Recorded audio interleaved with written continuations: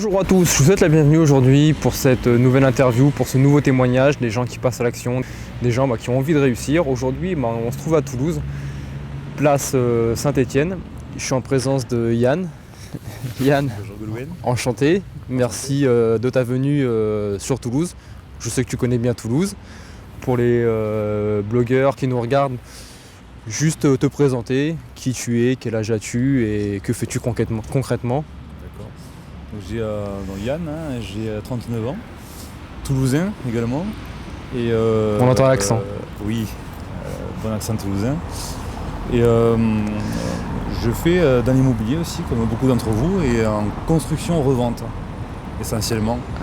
Alors qu'est-ce que la construction-revente? Parce qu'on on a discuté un peu tout à l'heure. Moi je ne connaissais pas la construction-revente. Alors explique-moi un peu qu'est-ce que la construction-revente et qu'est-ce qui t'a poussé à orienter tes choix vers de la construction-revente. Donc, la construction-revente, c'est qu'au départ, de nature, je suis plutôt impatient. Donc ça m'a poussé à rechercher des choses qui puissent, du moins des piliers qui puissent me faire avancer rapidement. Donc la construction-revente, ça me laisse le choix de choisir un terrain à bâtir dans une zone que moi j'aurais prédéfinie avec le départ d'une page blanche. Donc la conception d'un projet de A à Z, sans pour autant que ce soit moi qui le réalise, mais d'autres personnes qui en fait vont travailler autour de moi dans leurs compétences, que ce soit de l'agent immobilier ou pas d'ailleurs, jusqu'à la fin pour le peintre. D'accord. Voilà. Donc chaque corps de métier va réaliser sa partie. Et le but, c'est vraiment de pouvoir bâtir des maisons, alors pour louer ou pour revendre, ou y habiter soi-même, sachant que j'ai une grosse préférence pour la revente. Voilà. D'où le bénéfice, d'où cette orientation. Oui. Alors comment t'es venue cette orientation? Pourquoi avoir choisi la construction-revente? Pourquoi ne pas avoir choisi de la colocation ou du meublé pourquoi la construction-revente, toi? Je suis parti de ce que j'ai pu vivre moi-même, puisqu'en 2008 j'ai réalisé ma maison personnelle. D'accord. J'ai pas choisi la procédure classique de passer par un constructeur. On est passé par un architecte. Par un architecte, d'accord. Mais à l'époque, on n'avait pas forcément la position idéale financièrement pour réaliser évidemment nos rêves. Donc il a fallu réfléchir, et c'est dans ces moments-là d'ailleurs qu'on réfléchit beaucoup plus que quand on peut. Bien sûr, c'est quand on n'a pas de solution qu'on les trouve, bien sûr. La solution, il a fallu la creuser et puis la développer, ça a été d'abaisser les coûts. Et pour ça, on a trouvé une solution qui correspond à tout négocier soi-même et à tout fournir aux artisans par nos soins. D'accord. Donc ça, c'est le noyau vraiment de la démarche. D'accord, donc tu n'as pas laissé les artisans trouver les matériaux pour toi, c'est toi qui as... Alors voilà, l'idée elle est là, après il faut toujours pouvoir la réaliser. Donc quand j'ai parlé de ça la première fois, on m'a fait des grands yeux, puisque l'idéal pour un artisan c'est toujours de fournir pour évidemment faire tourner son commerce aussi. Oui, bien sûr. Donc il a fallu trouver des personnes qui soient passionnées, qui puissent être sensibles aussi au projet personnel, puisque ça s'est passé sur la fibre aussi affective, pas simplement sur le travail. Et il a fallu les intéresser aussi au projet. Donc là, en l'occurrence, c'est un projet assez conséquent de maison d'architecte. Donc ça les a intéressés et ils ont pu aussi en bénéficier pour la publicité sur leur travail. D'accord. Sur les plans qu'ils ont pu présenter à d'autres clients, etc. Donc cette affaire, tu l'as commencé, donc tu as acheté ta maison principale en 2008. Tu as commencé concrètement ce projet de faire de la construction-revente en... Là, 2012, j'ai eu l'idée. 2012, tu as eu l'idée, le temps qu'elle se développe, le temps de la mettre en place, je sache comment la nommer, parce qu'au départ, c'était pas de la construction-revente, c'était plus de la maîtrise d'œuvre avec de l'assistance à maîtrise d'ouvrage. Donc, il a fallu pouvoir la déterminer et la définir avant de la proposer. Ça, c'est l'idée de départ. Une fois que j'ai trouvé, il a fallu savoir comment en parler. Oui. Parce que même aujourd'hui, il y a un cheminement quand même avant d'en arriver là. Et il faut pouvoir expliquer cette démarche de pouvoir construire soi-même sans pour autant qu'on réalise de ses propres mains des travaux. C'est-à-dire que moi, j'ai rien réalisé de mes mains. Je ne suis pas autoconstructeur. Tu as toujours tes mains Nivea. Voilà, comme je t'ai dit tout à l'heure, c'est des mains douces. Ouais. J'y tiens et puis surtout elles ne sont pas très capables de faire autant qu'un artisan. Donc je respecte ce qu'ils savent faire. Et je pense que ça se passe bien aussi à cause de ça. Parce que quelque part, dans artisan, il y a art. On n'en a pas parlé tout à l'heure, mais il y en a certains qui sont vraiment très branchés sur leur métier, sur leurs compétences, et ça fait plaisir à voir. Donc ce sont des équipes qui elles-mêmes peuvent s'auto-gérer quasiment, même s'il y a besoin de les suivre, parce que c'est quand même une règle. D'accord. Ce sont des personnes qui sont capables de travailler seules par l'amour de leur travail. Donc en fait, voilà, pour bien expliquer donc, aux personnes qui nous regardent, qui découvrent aussi peut-être pour certains, peut-être pour beaucoup la construction en vente. Donc en fait, on peut expliquer ça, il y a deux types de cheminement. Il y a le cheminement que vont prendre 90% des gens. Donc comme toi tu as fait lors de ta première acquisition en 2008, tu vois un terrain. Et là, explique-nous un peu, quand tu es face au terrain, comment tu te sens, ce qu'il faut regarder, les pièges à éviter. Parce qu'il faut savoir, c'est t'achètes le terrain et après, t'achètes la maison. Mais c'est vrai que globalement, il est difficile de trouver un constructeur qui va aussi te trouver le terrain. Le constructeur s'engagera à te fournir les plans si tu as déjà en amont trouvé un terrain. C'est ça. Donc explique-nous comment quand pour la première fois tu te trouves face à un terrain, ce qu'il faut regarder, comment tu te sens, la boule au ventre je suppose. Qu'est-ce que tu ressens pour un novice? Il y a deux sentiments, c'est celui que tu décris, c'est celui où vraiment on arrive en tant qu'investisseur à la boule au ventre parce qu'on n'a jamais fait. Ouais. Et mon cas à moi, avec celui de mon épouse, c'était le coup de cœur, donc là c'est plutôt l'euphorie. L'émotionnel à gérer. Voilà, d'accord. Et là c'est plutôt un danger parce que souvent on entend des gens dire on a choisi, c'était le coup de cœur. Et tu fais un peu n'importe quoi. Voilà, pour la construction-revente, c'est surtout d'abord c'est une approche plutôt quasiment professionnelle. Il faut savoir où est-ce qu'on va habiter, qu'est-ce qu'il y a à côté, quels sont les éléments qu'il y a à côté, donc les écoles, les commodités. Donc le sentiment que l'on a la première fois, c'est la boule au ventre dans ce cas en tant qu'investisseur pour savoir si on fait le bon choix. Et le bon choix, soit on a un sentiment par habitude, et quand c'est la première fois, il n'existe pas encore. Donc on se penche un peu sur les éléments plutôt rationnels. Donc où est-ce qu'on est? Est-ce qu'il y a du monde autour? Est-ce que surtout c'est un terrain qui est recherché? Parce que finalement il faut revendre les biens dessus, donc il faut que ce soit déjà un endroit recherché. D'accord. Et encore mieux prisé. À partir de là, on part d'une page blanche, donc ça veut dire qu'il faut savoir avec qui on va travailler. Soit la solution simple, il y a deux façons de faire, et c'est principal, soit on prend le constructeur, mais là on lui confie tout après la recherche du terrain, puisque la recherche, je rejoins ce que tu dis, c'est qu'ils n'ont pas forcément le temps de rechercher les terrains, mais ils ont des partenaires, donc quand le terrain est là, c'est bien, s'ils ne l'ont pas, ils ne vont pas le chercher pour vous.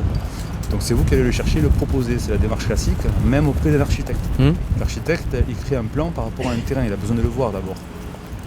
Voilà, c'est le premier élément. Donc, dans le cas de la construction, on va choisir un architecte ou autre chose, une personne capable de faire des dessins qui soit sûre pour présenter un dépôt de permis de construire. À partir de là, une fois qu'on a les plans, ces plans-là servent au chiffrage, aux consultations des entreprises. Et ensuite, on obtient des prix. Mais il faut savoir à qui on présente ces prix-là, puisque l'intérêt, quand même, c'est de gagner de l'argent sur des constructions. Donc, il faut que les devis soient compétitifs.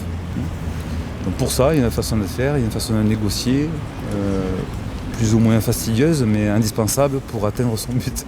Et toi, c'est par rapport à ce que tu avais mis en place en 2008, quand tu as fait ta propre maison, tu t'es dit, il y a peut-être une voie à prendre, une deuxième voie à prendre, tout clé en main, où tu t'occupes de la recherche du terrain, donc tu t'occupes de démarcher, donc se loger, de démarcher les agences immobilières pour trouver des terrains qui seraient disponibles. Et après, toi, tu viens avec ta propre maison en tête.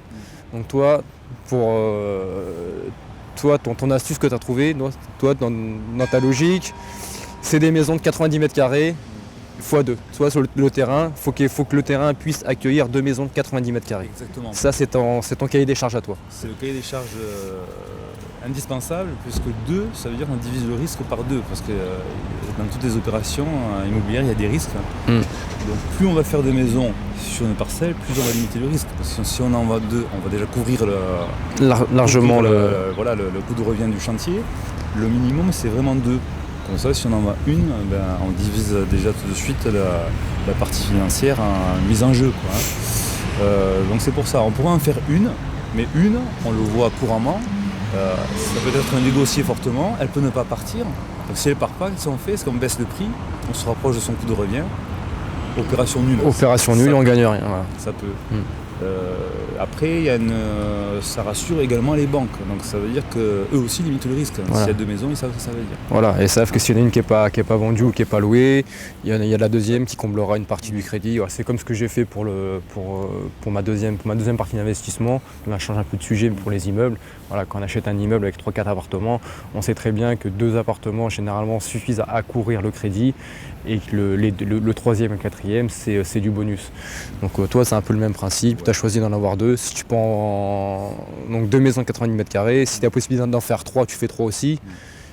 C'est comme l'achat en gros finalement. L'achat en gros, Ouais. plus on va pouvoir réaliser des maisons dessus, plus on va les détailler. Si on détaille, forcément, on est toujours gagnant. C'est comme sur un appartement, un immeuble comme tu dis, ça fait plusieurs lots à vendre.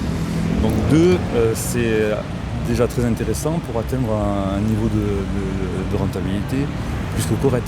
Et là aujourd'hui, tu as commencé concrètement en 2015. J'ai demandé Commencé en 2015. J'ai commencé en 2015. Période estivale, non? C'était Non, après à l'automne. automne. Donc ça fait 1 an et demi. Mhm. 1 an et demi. Et en 1 an et demi, combien de maisons t'as fait bâtir? Alors, elles sont toutes en cours de commande. D'accord. Elles vont sortir cette année en 2016, puisque pour instruire un dossier comme ça, il faut 5 à 6 mois, avec tous les délais.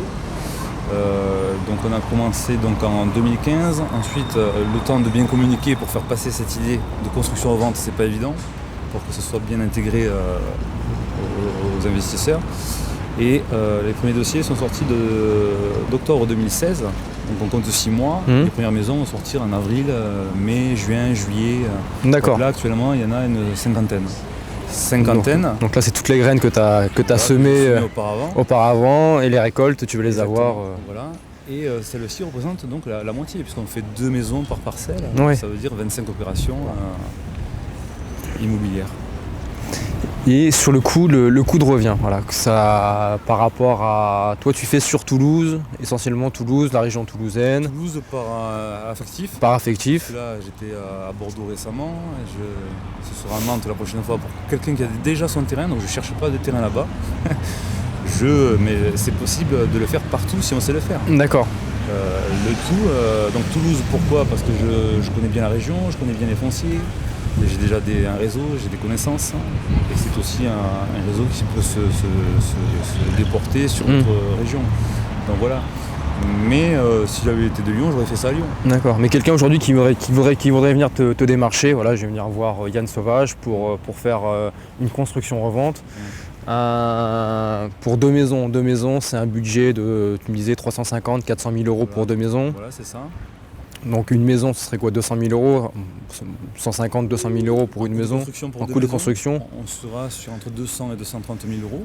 Donc tout compris, je parle plus de coût global, pas de prix au mètre carré, d'accord. Puisque les maisons proposées sont des maisons prêtes à vivre. Avec il y a la haie qui est compris, il y a la haie, le portail, ce sont des maisons où vraiment les acheteurs, les gens qui vont acheter aux investisseurs, qui sont finalement les maîtres d'ouvrage, c'est eux qui dirigent le chantier, donc ce sont les personnes qui commandent les maisons, les maîtres d'ouvrage. Ça, je fais une parenthèse là-dessus. Mais le maître d'ouvrage, souvent on ne sait pas ce que c'est, mais c'est finalement la personne qui a décidé de mener une opération, donc c'est l'investisseur, le maître d'ouvrage. Et le client final, c'est celui qui va venir acheter la maison à l'investisseur. Voilà, donc ça c'est 2 choses différentes. Donc pour reprendre ta question, c'est... Donc voilà, donc quelqu'un qui voudrait 2 maisons de 90 mètres carrés, un investisseur qui vient de voir pour faire de la construction-revente. Donc ce serait une fourchette de 350 400 000 euros. Ça, et on a détaillé donc, de 200 à 230 000 pour les constructions pures, qui intègrent tout, donc cuisine, salle de bain, ça c'est classique, mais il y a aussi les clôtures, le gazon, la maison où vraiment une famille peut s'installer et vivre.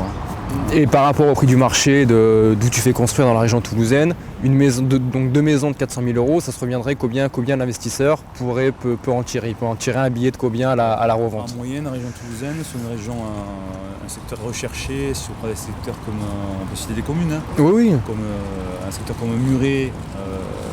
Où tu étais ce matin? J'étais ce matin, où j'ai trouvé des fonciers ce matin.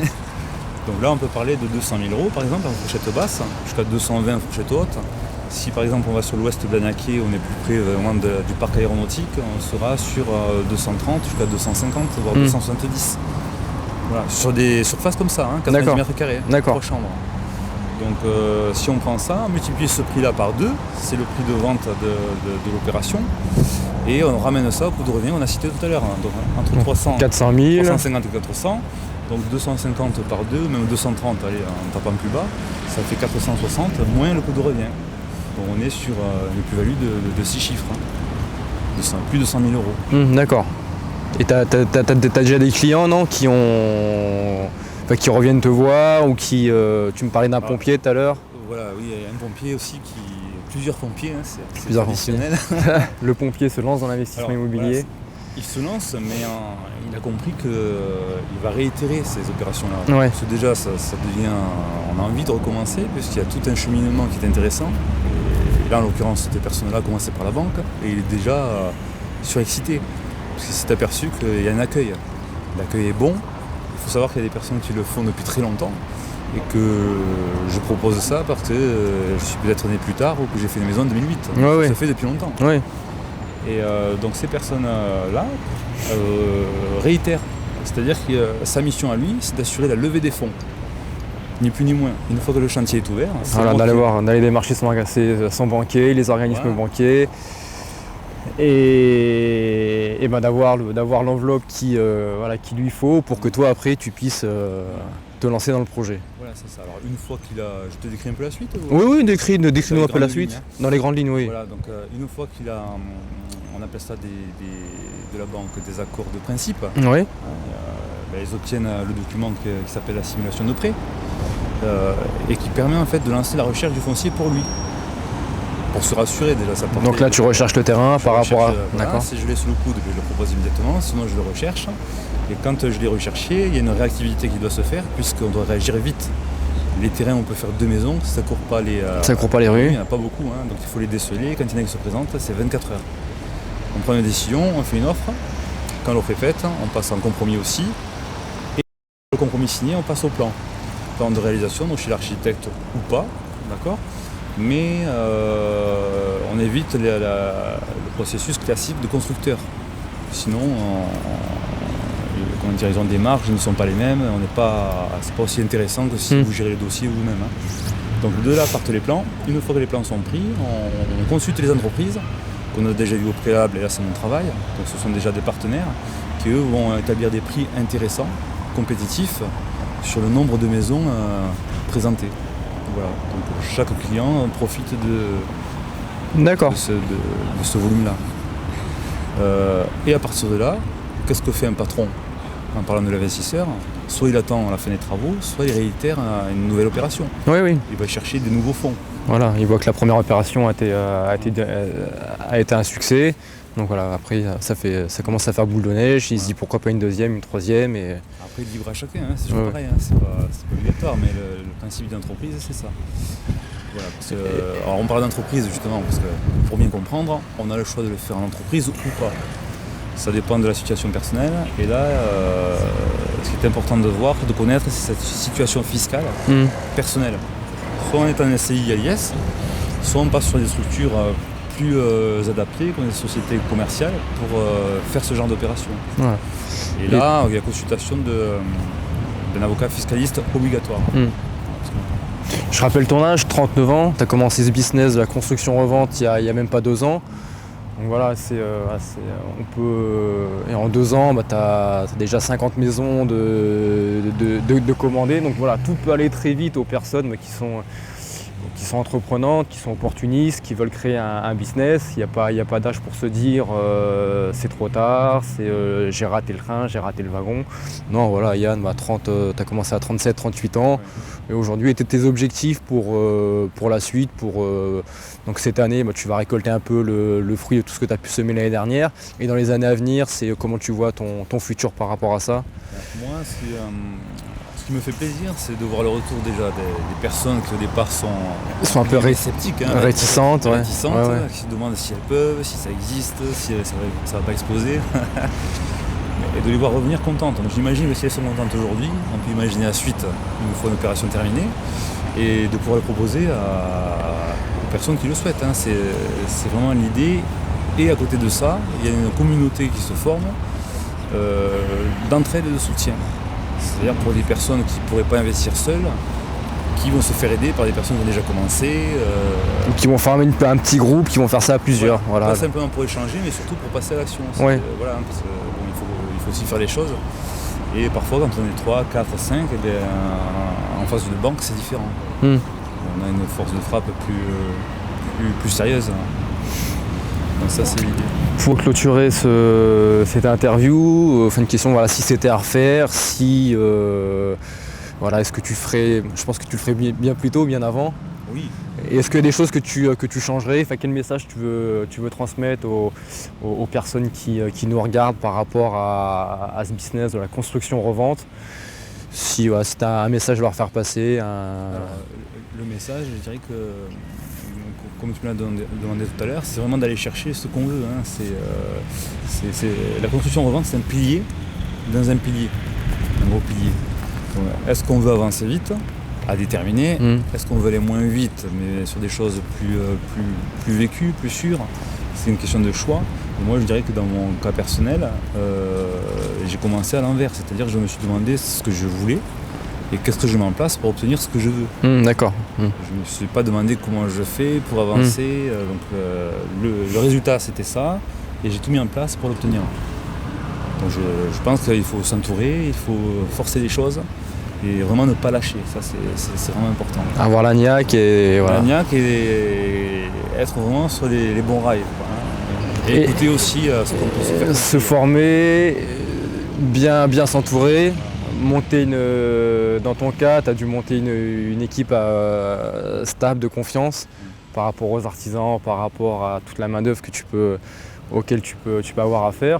Donc voilà, pour ceux à qui l'interview ça a plu, si ça peut vous ouvrir l'esprit sur certaines voies à prendre dans l'immobilier, la construction-revente, n'hésitez pas à partager cette interview. Voilà, si dans votre cercle d'amis, la famille, tout ça, il y a des gens qui souhaiteraient s'orienter vers la construction-revente. Voilà, comme je vous l'ai dit, l'immobilier, il y a une multitude de chemins à prendre. Voilà, il n'y a pas que la colocation, il n'y a pas que le meublé ou l'investissement sur du long terme. Il y a vraiment des dizaines et des dizaines de possibilités dans l'investissement immobilier, dans l'immobilier tout court. Yann, lui, il a choisi la construction-revente, il en est super content.